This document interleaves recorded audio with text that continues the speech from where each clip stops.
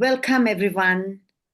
My name is Soraya Dean. I will be hosting this Friday forum from the American Muslim Multi-Faith Women's Empowerment Council, where we are a coalition of Muslim women. We come together to address challenges that we face today, and we say we don't have all the answers, but we are committed to finding solutions. This morning with me is Anila Ali. As you know, she's the founder of the American Muslim Multi-Faith Women's Empowerment Council, a galvanizing force behind fighting anti-Americanism and anti-Semitism. Also in the room is my dear friend and Los Angelian, Rania Dean. Rania Dean is an Israeli-American Druze. She lives in Los Angeles and she's a passionate advocate for Israel. Coming from a Druze patriotic family with ties to the IDF and political circles, she actively counters misinformation and shares unique non-Jewish Israeli perspectives. And she's also the founder of the Covenant Foundation. Rania is here because, Henry Kissinger once said, you can't make peace in the Middle East without Syria. So we want to ask her how and why. I'm going to you, Anila, first. I need to let us just embrace this moment as listeners and those of us in this studio. The hostages deal is a go. IDF completes Gaza withdrawal. Clock for hostage release has started. The army has finished dismantling outposts and defenses in Gaza. And with the completion of the withdrawal, the 72-hour countdown begins. So this is a very important, critical day for us. And it's Shabbat Shalom, and it's Jummah Mubarak. And it's our message to our religious leaders to embrace this moment and to commit to Jewish-Muslim dialogue, solidarity, and Jewish-Muslim peace in the Middle East. That's very critical. Anila, so I want to ask you, you are a pioneer of this movement. You led a delegation to Israel in support of the Abrahamic Accords. You stood up for the hostages in every nook and corner. What are your thoughts on this historic moment, Anila? Well, as you can see, I'm very, very happy and proud of President Trump's leadership, my country, America, taking a lead to do what I thought would never happen in my lifetime. I remember going from Saudi Arabia to Pakistan once, and I saw the map on the plane, and there was no Israel. And I kept asking, like, why don't we have that? And in my heart, I had the answer. Like, if the Muslim world came forward and acknowledged that our Jewish brethren have the right to have their state, just like after partition, India and Pakistan accepted that line that divided us. That's what happened with them in 1948. If all the Muslim world accepts Israel, the bone of contention would be gone. But with that, I came to America and I saw how the Islamists were using Israel to delegitimize, the whole Muslim-Jewish dialogue, unity, Abraham Accords that we believe in because we are Judeo-Christian. We have the same Judeo-Christian roots. And for me today, it's a historic day. It's a day where I feel that, courage finally met conviction. In President Trump in 2020, I felt when he talked about the Abraham Accords, Prophet Abraham, peace be upon him, he is known to us as Khalil Allah, Allah's best friend. And those who call for the killing of the people of Khalil Allah, the Jews and Christians, they cannot be Muslims. It was very simple for me.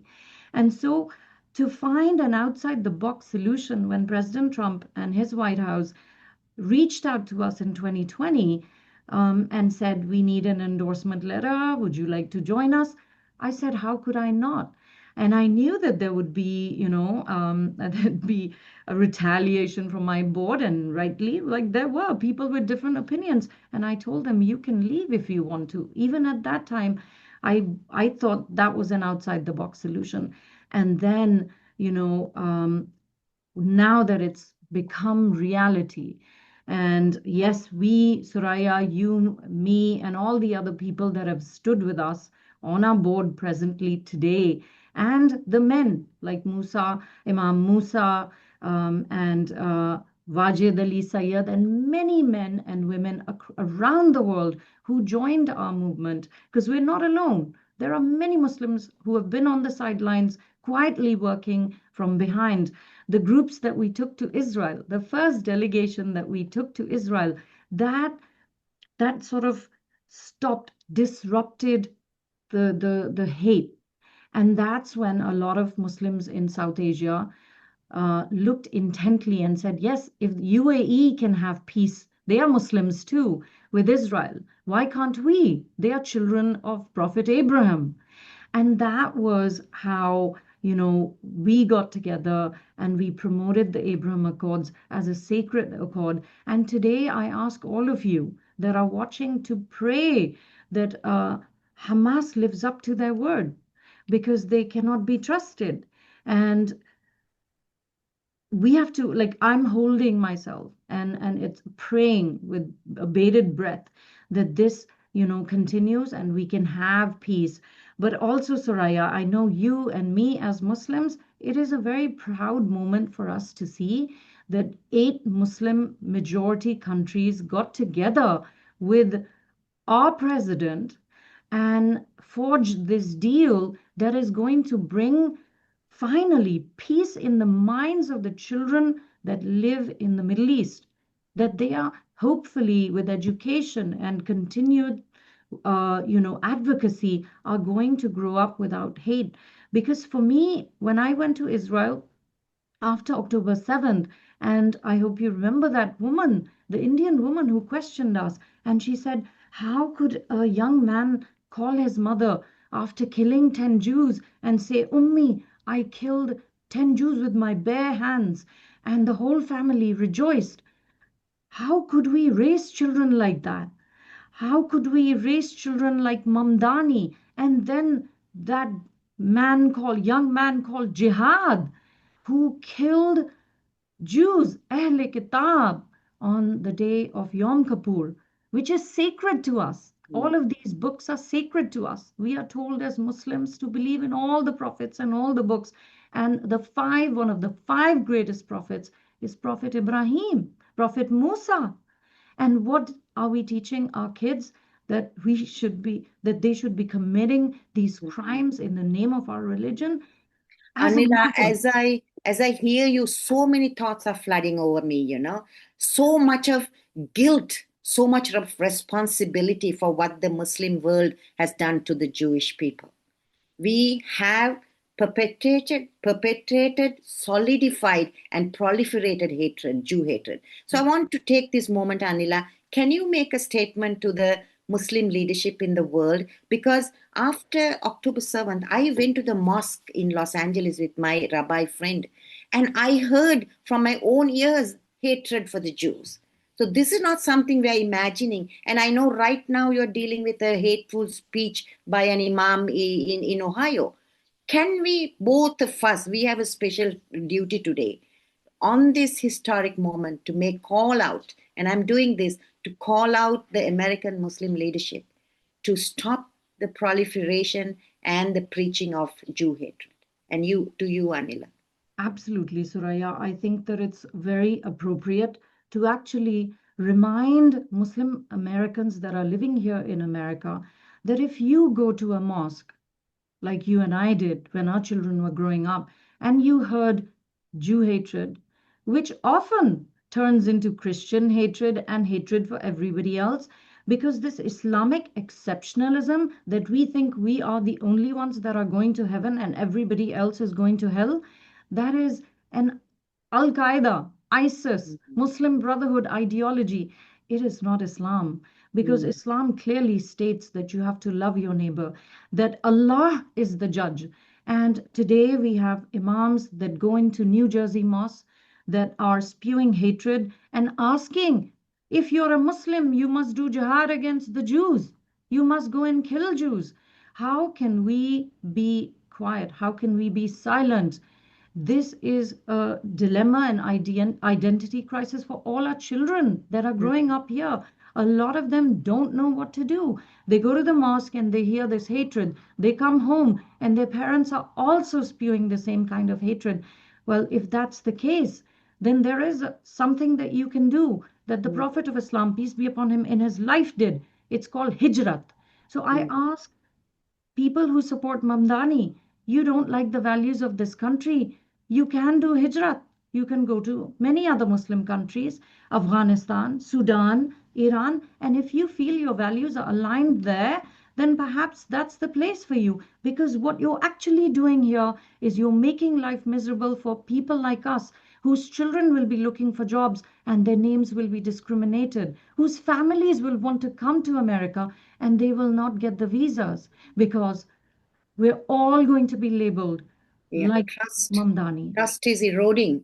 Trust is eroding, and Muslims, moderate Muslims like you and I, will have to face the brunt, and our children, And because also, Suraya, we call on all those foundations, those city councils, those governments, the federal funding that comes to mosques from Homeland Security.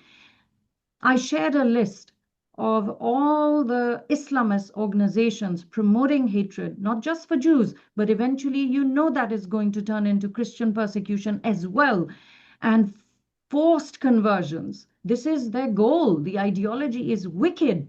yeah, And we must not stand by and allow those organizations to be funded with federal tax dollars. That's our money.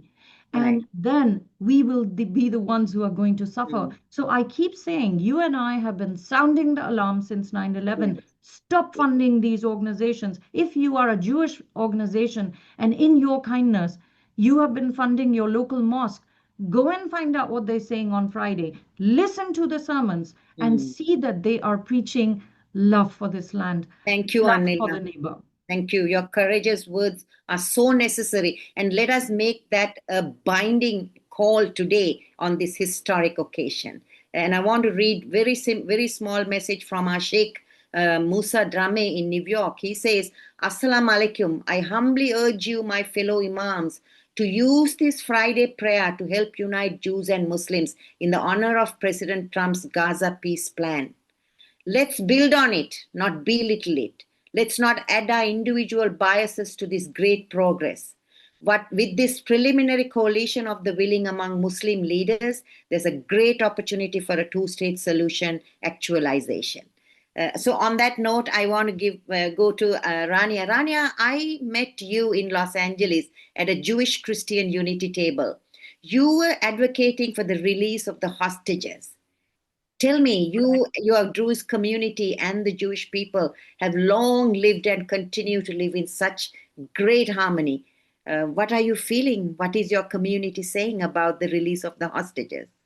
Well, I thank you so much for having me, Soraya and Anila. It's a historical day for us. For me personally, I've been advocating for Israel for misinformation against my beloved country since 2010, since I was still student in the university. I came here, I toured the campuses, I warned the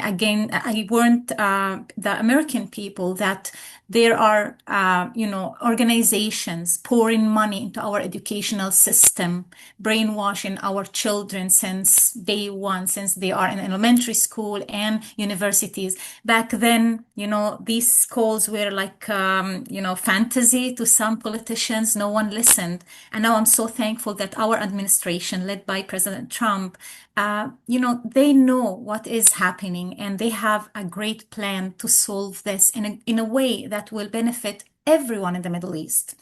I can't tell you how emotional I am this day because, as you know, Soraya, I met with so many families of survivors through their tours here in LA and America. Some of them became like a family to us. So, for example, I'm gonna give Tammy. Tammy is Rom Breslavsky's mom. She became like a family to me. And today, see her so happy, so excited that her son, after 2 years in the unknown, seeing how much weight he lost. So we can just imagine what he'd been going through all of these 2 years. Seeing her excitement, having her kid coming back, I think it worth it. It worth everything, because in Israel, and by now you know what Israel is all about. In Israel, every soul matters. Every citizen matters. Our citizens are not a tool. Our citizens are the most valuable thing in our country. It doesn't matter whether they are Jewish or Muslims or Druze or Christians. We value human beings, and we would do anything to have them return back. I have to tell you that we've lost, as Israelis and as Druze, we've lost so many soldiers during the last war. But it worth it for me, because I see that our values are preserved as a country, where we make everything possible to protect our citizens. So it's a big day for me. I'm a big supporter of the Abrahamic Accords, because I was also, I led a peace project back in 2012, 2013, and 14. We believed in peace. It was called Yalla Young Leaders back then. We believed in one-on-one peace, that children and college students should meet each other and know each other, and this is how we build peace. And when the Abrahamic Accords had happened, I was so hopeful. When October 7th had happened, my first lecture I gave, it was at Sarah Cohen's home. You know her. And I told them something. I told them this October 7th had happened because of the Abrahamic Accords, and no one had heard of the Abrahamic Accords. No one understood me. They said, "What are you talking about?" And I explained to them that this peace threatens the radical movements in the Middle East. This peace will mean stability in the Middle East, will mean thriving countries economically, more than peacefully, socially, good relations. And then this ATM of war situation will be closed forever. If this Abrahamic Accord plan will be executed the way our president and our decent leaders believe in it, it will put an end for any political Islam. And when I say political Islam, I mean the Salafi jihadi agenda, the Hamas, Hezbollah, all these movements, even ISIS. This will mean that the countries will have common interests that they need to preserve, which be based on social and economical and cultural and common interests. This is an imminent threat to any radical groups in the Middle East, because war for them is a business. Is guns trading, is donations that come and they control and they don't give anything to the poor people. It's drugs dealing. All of this business will be gone if there is no need for, if there is no war. So I see this as the main reason for October 7th, because according to the history, if you look at the history of Israel, every war was initiated not by Israel. And if you look at all the wars that Hamas had initiated, or PLO, you will see that it was initiated right after a peace negotiation. Everyone. So for me, seeing this plan will be executed despite everything is a success for itself. And I'm so hopeful. I'm so thankful for everyone that worked for that, for you, Anila, for everyone that believed in it. I was telling you behind the scenes that being a peace activist or pro-Israeli is easy for me as a Druze, because of this connection between the Druze and the Jewish people, the history, the common history, the shared history. Being a peace activist and pro-Israeli for a Muslim person is not easy. It needs you to be so brave, and that's why I'm so honored to get to know you both. It's not an easy matter for you. It's not an easy task, and despite everything, you are brave enough to continue with it despite everything. So thank you for having me. I'm just wanted to say that first, and I want to say that for the Druze, Israel is their homeland, as it is for the Jewish people. We fought alongside each other. We sacrificed our best men and soldiers. We have this shared destiny and shared history. We are the descendants of Jethro. Jethro was the father-in-law of Moses. So we have this blood connection. We call it in Israel Brit Damim, blood covenant, and we preserve it up until this day with shared history. As an Israeli or as a Druze, I can't differentiate between these two things because I'm Israeli Druze and now I'm a proud American. And I supported Mr. President since day one. And, even our neighbors didn't talk to us when they saw the sticker on our door. They stopped talking to us. But that didn't matter to us because we know that I'm fed up with rhetorics. All the previous administrations were feeding up with rhetorics and nice speeches. But on the ground, they've done nothing. And here we see our current president speaks whatever he wants. He doesn't care about rhetorics and purifying his speeches. But what he's doing on the ground is the absolute term of peace plan. And this is what I want from any president in this country. So thank you for having me. And I'm so excited about this day. Yes. Mm-hmm. Thank you, Rania, for those beautiful, insightful comments you just shared with us. And you said your best friend is a Muslim. Yes. It's like music to our ears. Because the work we do, we don't pick and choose what religion, isn't it? We go for the best and the greatest of choices that we need to make. I want to again probe a little, Rania. You are a Druze, right? So there are 1 million Druze in the world today. And Druze are scattered, but I know the majority of them live in Lebanon, Israel, and Syria. Correct. And being a Druze in Syria has been very tough for the Druze these days. We saw the massacres and the role the elected government its silence is what is deafening, And Right. then there's the Golan Heights that fuels this conflict, or does it? Could you talk to us about the Golan Heights and the Druze in Syria, what they are suffering and what needs to happen? Yes. So, as you know, the Syria now is controlled by Syrian regime that is affiliated with ISIS because this government, this person now calling himself Shara, and if you know, the word Shara in Arabic means legitimacy,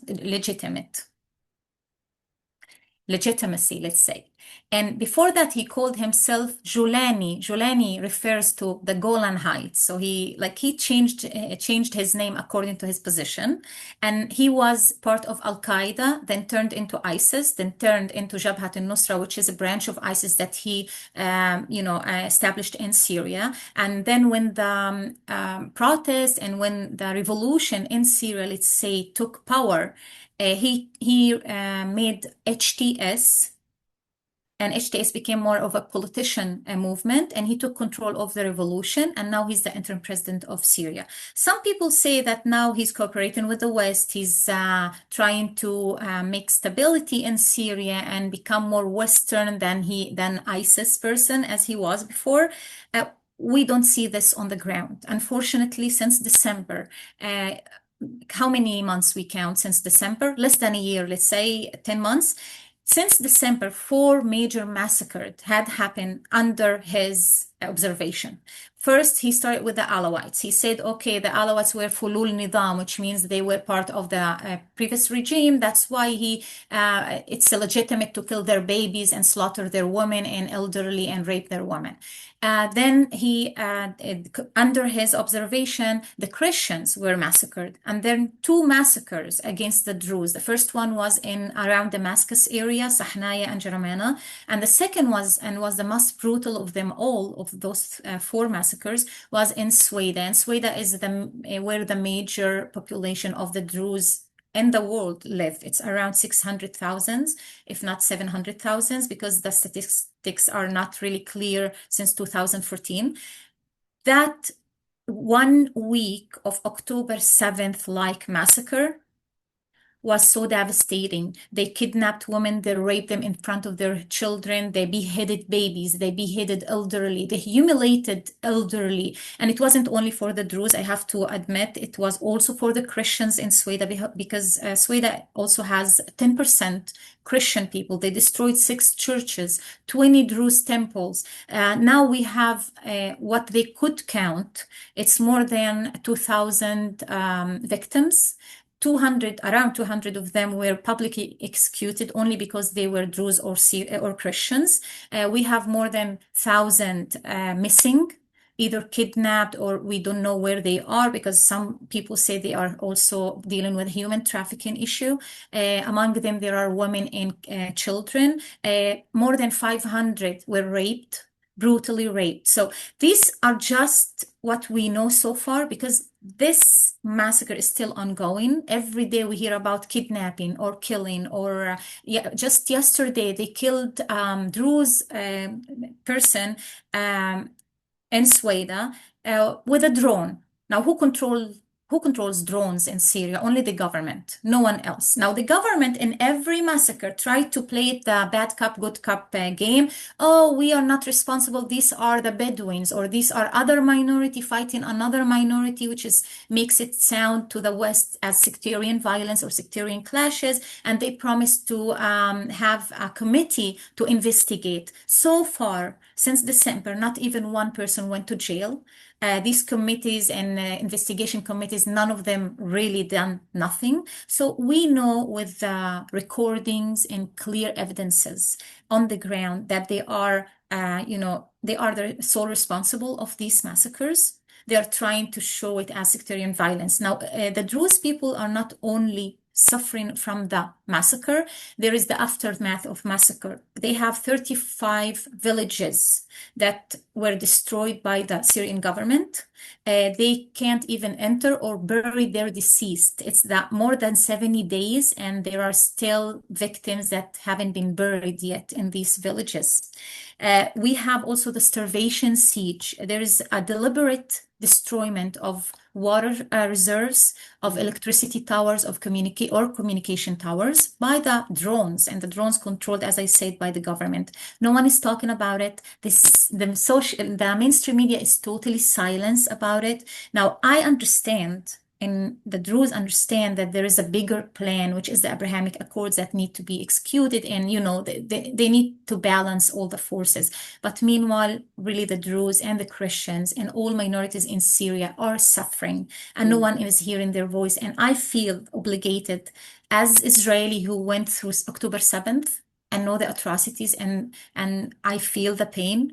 And as a Druze, who my community has been silenced and no one is talking on their behalf, I feel this obligation to speak on their behalf and ask our president, because our American president, he is the only one that has the power to save these people. And I know that not only the power, he has the will, because I know that God saved him to save others, and I believe in him, and I know he has a plan. I'm so hopeful.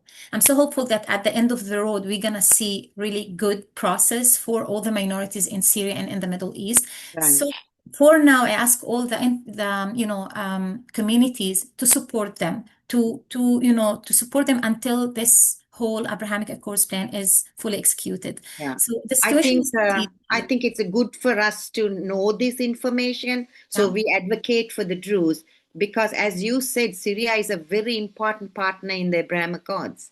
And I Right. think the government of Israel is stretched thin defending its people and then defending the Druze. So there has to be some kind of solution, isn't it, to this?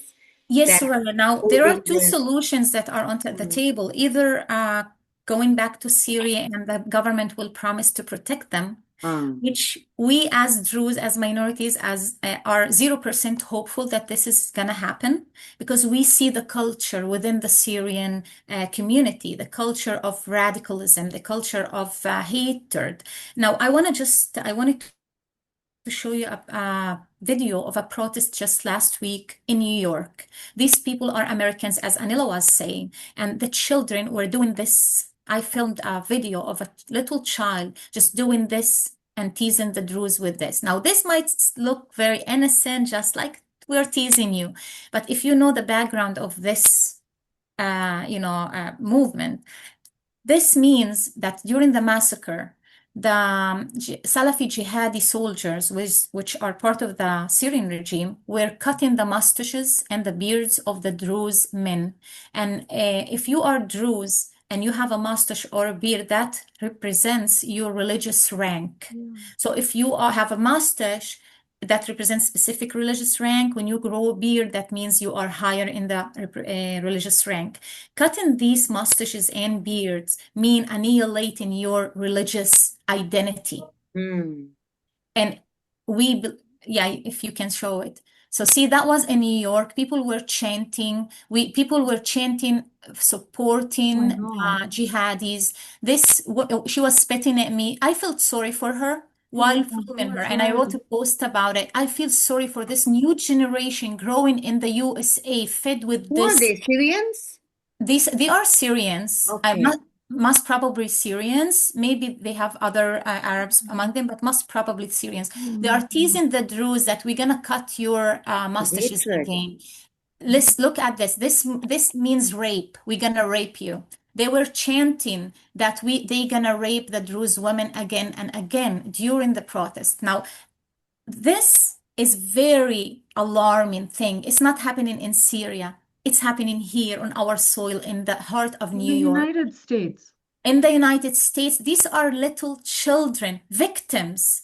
I consider them victims of Salafi jihadi agenda. I would call all child supportive groups and movements, if they really care, save this child from her parents because they're feeding her with this propaganda that means others have no place to live. We're gonna humiliate you, we're gonna annihilate you. This is an annihilation attempt to minorities like the Druze, very peaceful minority. The Druze are long the history. They seek no territorial ambitions. They are a bridge for peace. I Yeah. was telling you, we speak Arabic and Hebrew in Israel. My best friend is Muslim. My childhood friend is Muslim, and she's still my best friend. We lived among Muslims, Christians, even Jewish people in harmony.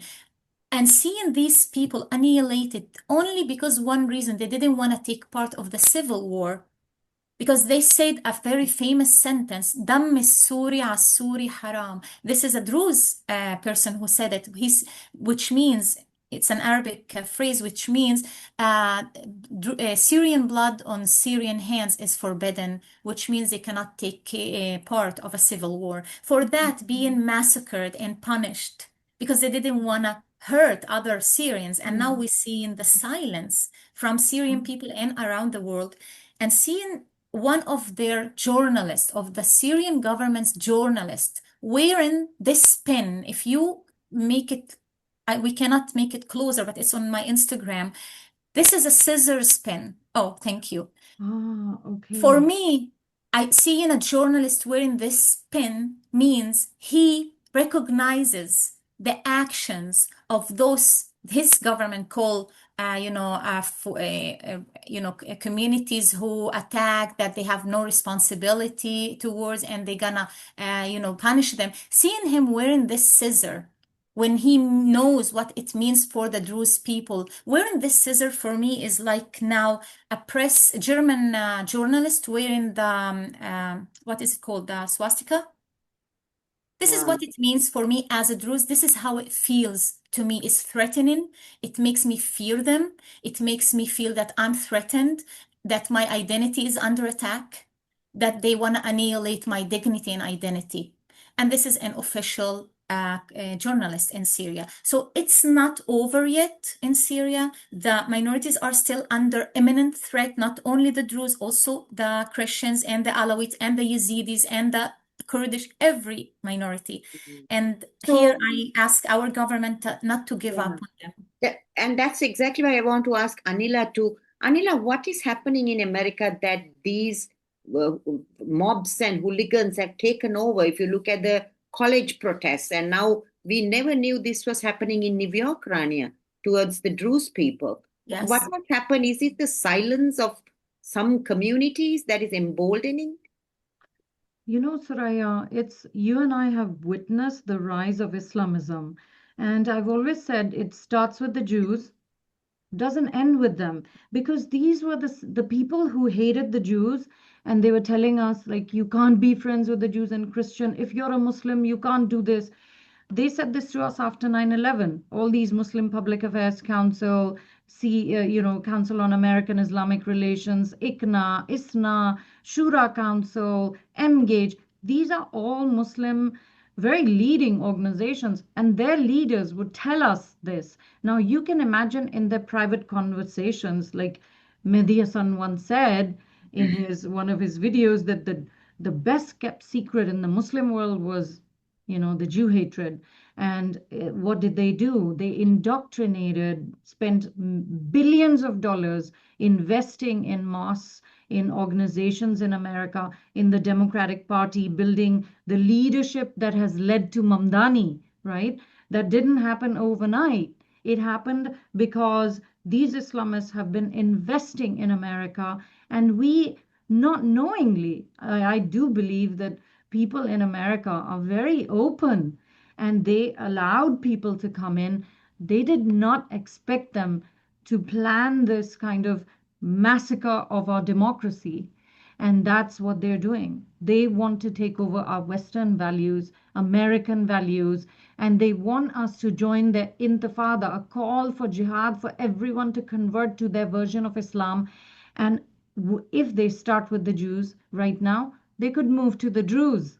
They could move to the Christians. You and They I, are, they are. Soraya, you and I know that the Christian persecution that we're seeing in Muslim countries, it stems from the same quiet, well-kept secret.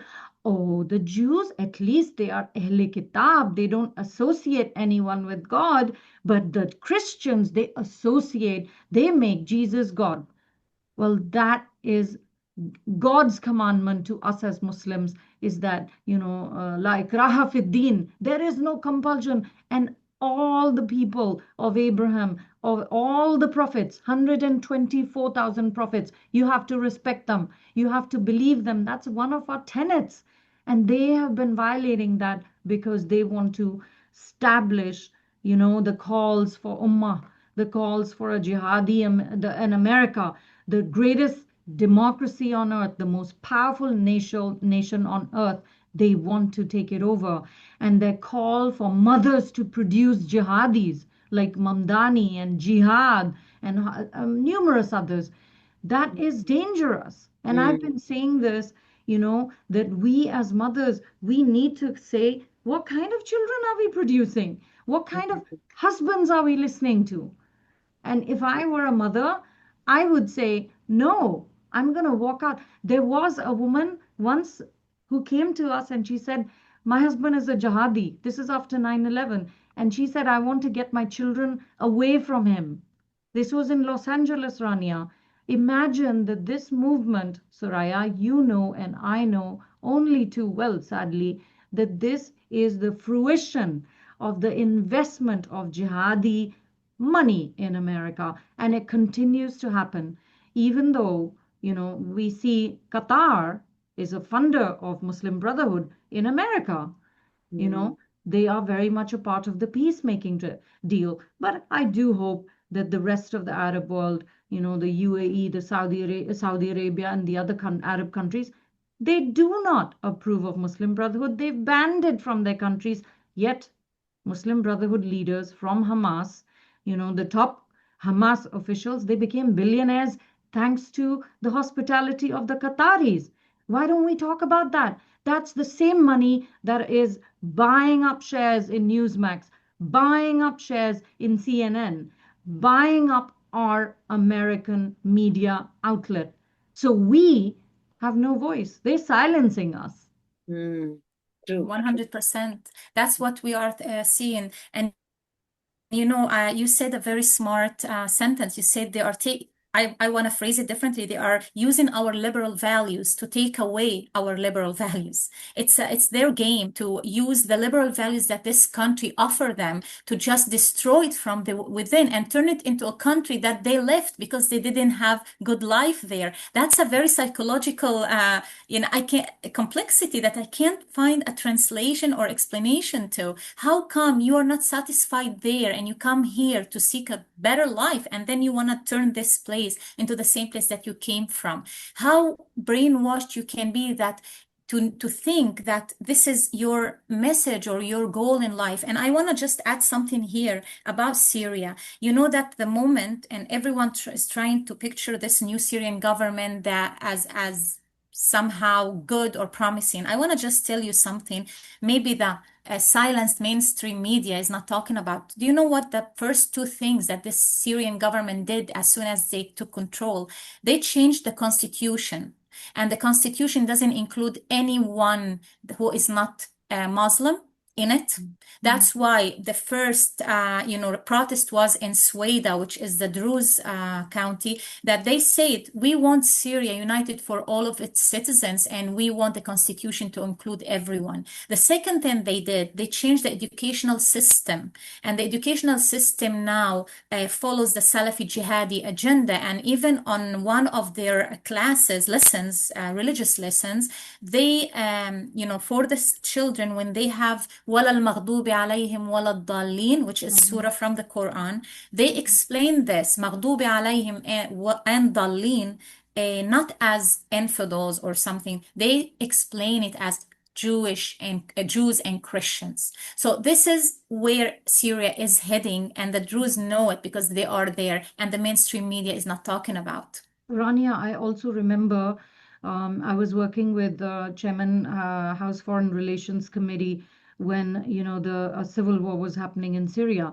and we as Muslim leaders, we went to President Obama and we said we need a no-fly zone. We need to do something. There's something really tragic happening in Syria, and at that time, the Obama administration didn't want anything to do with Syria. Neither did the Muslim world.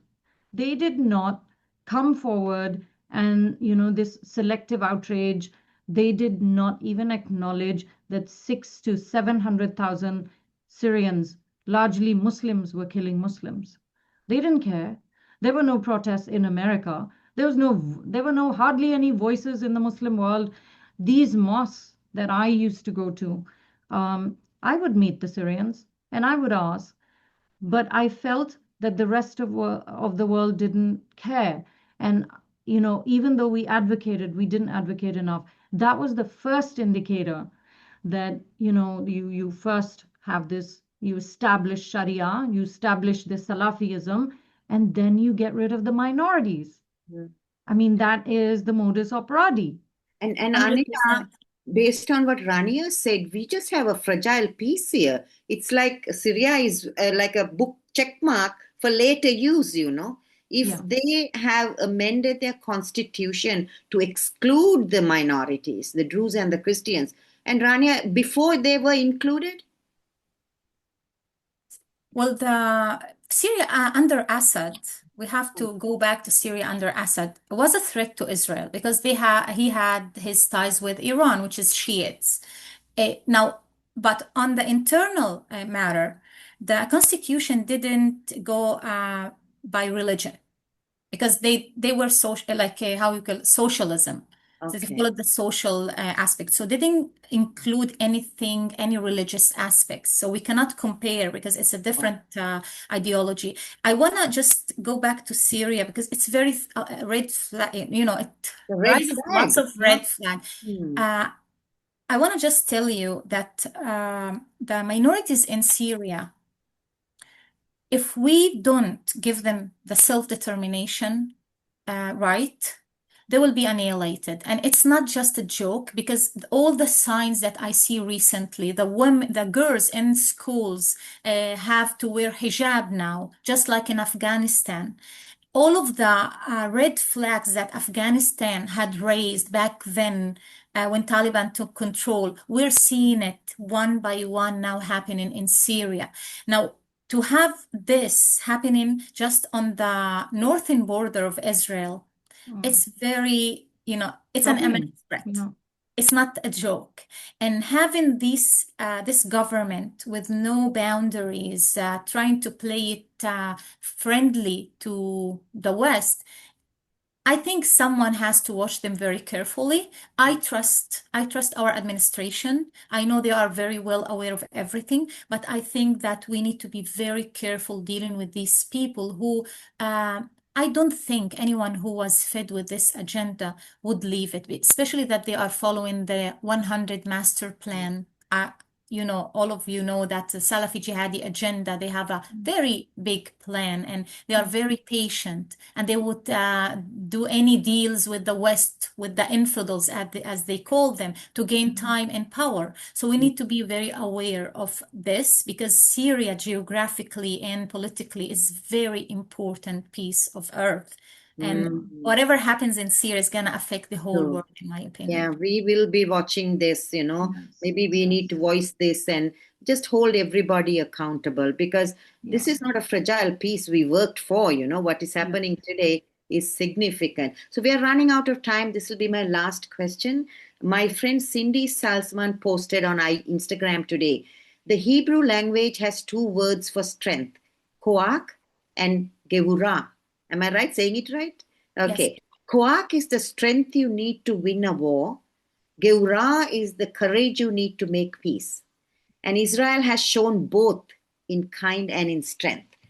But there's a caveat. You know, we celebrated the Abraham Accords, not the Abraham Accords, the Oslo Accords. That failed. And we know the Palestinian policy of rejectionism. They rejected peace 47. First, it began 36, the Peel Commission, 47 UN, the 67, the three notes, 2000, the Arafat Barak peace deal, then the 2008 Omar and Abbas. Okay, so and every time they started and lost a war, they launched thousands of terrorist attacks. Right? This is right. not to be for us to be comfortable. So what can we do, Anila and then Rania, to ensure that the process continues? Because it has to be on both sides. I'm not saying Israel also has in the past the attack on the cave of the patriarchs and many other the settlement expansions also had an impact on the peace process. And what Hamas is destroyed structurally. That's the only strength we have here. So, Anila, how do we maintain and sustain this? And what can we do as people on the ground working on this? Soraya, I would like to remind all those women, Muslim women and women of all faiths, that true peace is not negotiated in palaces anymore. It is cultivated in the hearts of the mothers who teach their children the first thing, that faith is compassion. It is not a conquest, that you don't raise children to become this because that's your role. We all know the mother of Prophet Jesus, peace be upon him, blessed be Maryam, the mother of Moses. She wanted to save her son and she did. Prophet Muhammad, peace be upon him, his wife played a vital role in the emergence of Islam as a force in Arabia. We have examples of amazing women in our history and in our lives as well. We need to look up to them and say, you know what? Speak up. It's time that women, as mothers, we bring about a moral renaissance in the Muslim world. I'm especially talking to Muslim women. Where are you? You do remember, Soraya? I want to remind everyone, Rachel Goldberg, when we went after October 7th to Israel, remember how she was sitting there and she's saying, I have faith that there is a mother in Gaza who will take care of my child. She said that. But unfortunately, there was no mother who took care of her child and many other babies and many other children. Where is our compassion for the other? And until we do that, and we have that moral renaissance in the Muslim world, things will continue to be difficult for us. This is just the beginning. Profound, Anila. Well, I've got goosebumps. You just placed such a big responsibility on mothers and women. Thank you so much. And Rania, your words for us, please, your wisdom. I will answer your first. I have to tell you that, Anila, every word that you say touches my heart because as a mom, as a mother, I know what you're talking about. I have no other word to add to Anila's, but I want to answer your question as how can we save this progress? Because it's a huge thing. Now, I want to look at it as what made them take a break because I know they will not stop. They didn't change in a minute. The ideology is still there. The hatred is still there. We didn't have like few years to, change them. So they're just taking break, in my opinion. What made them take this break? In my opinion, what made them take this break? Few elements. First, weakening Iran and shaking Iran. Maybe Iran is not weak yet, but we shook Iran to the core. Iran knew that Israel is not alone fighting it. The USA is going to join anytime, and also some European countries. How we say it, we united the Arabs against one main goal. The Arab countries now are kind of pro-Trump, which is a huge thing. Now, those radical groups know that those countries that they were leaning on, now they are not big supporters. Doesn't matter what the reason is. We also,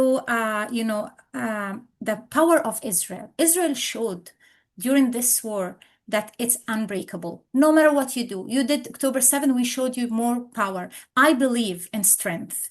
This friend of yours said koach v'gebura, which is power and heroism. I say that on the other side, unfortunately, they have the will, the agenda, the ideology was give them will to do things, even irrationally.